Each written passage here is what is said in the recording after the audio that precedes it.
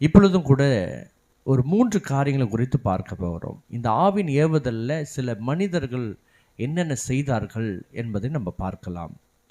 முதல் காரியம், எசேக்கியேல் தீர்க்கதரிசன புத்தகம், எசேக்கியேல் 13ஆம் அதிகாரம் 1 4 வசனம் வரைக்கும் வாசிக்கலாமா?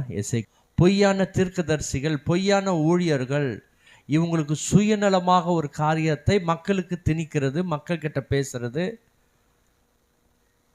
ஆண்டவர் எசேக்கியேல் எப்படி பயன்படுத்துறாருன்னா, இஸ்ரவேலுக்கு தீர்க்க தரிசனம் சொல்லுகிற தீர்க்கதரிசிகளுக்கு நீ போய் சொல்லணும், தீர்க்கதரிசிகளுக்கு தீர்க்க தரிசனம் சொல்லணும். இன்னைக்கு ஊழியக்காரர்களுக்கு போதிக்கும்படி கர்த்தர் இந்த மீடியாவை வைத்திருக்கிறார்.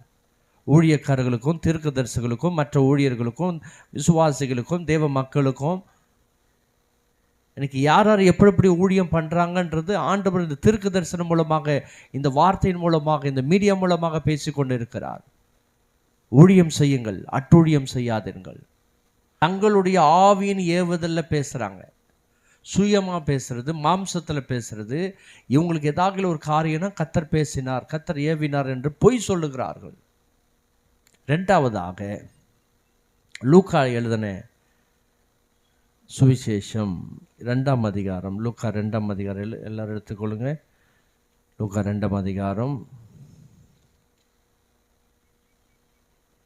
25 படிக்கலாமா?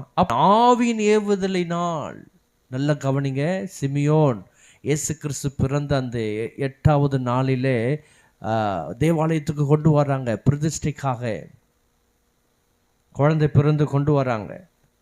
அவன் ஆவின் ஏவுதலினால் தேவாலயத்தில் வந்திருந்தான். இயேசு என்னும் பிள்ளைக்காக நியாயப்பிரமாண முறைமையின்படி செய்வதற்கு தாயும் தகப்பன்மாரும் அவரை உள்ளே கொண்டு வருகையில் அவன் அவரை தன் கைகளில் ஏந்தி கொண்டு தேவனை ஸ்தோத்தரித்தான்.